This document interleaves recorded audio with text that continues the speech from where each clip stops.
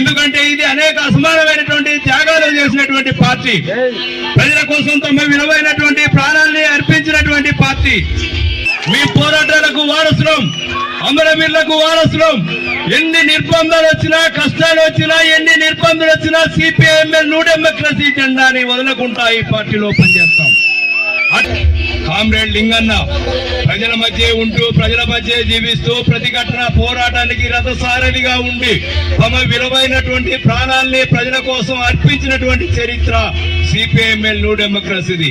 Party ఈ దేశంలో ప్రజలందరూ సమానంగా జీవించాలి అనేటువంటిదంటే అది ప్రజాయుద్ధ పందా ద్వారా మాత్రమే సాధ్యమవుతుంది అని చెప్పేసి చాలా స్పష్టంగా భావించి పనిచేస్తున్నటువంటి వాళ్ళం.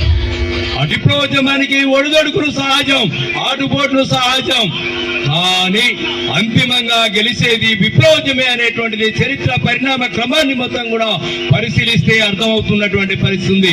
విప్లవోద్యమం తప్పక విజయం సాధిస్తుంది, విప్లవం తప్పక విజయం సాధించేటువంటి రోజు అనివార్యంగా వచ్చేటువంటి పరిస్థితి ఉంటుంది.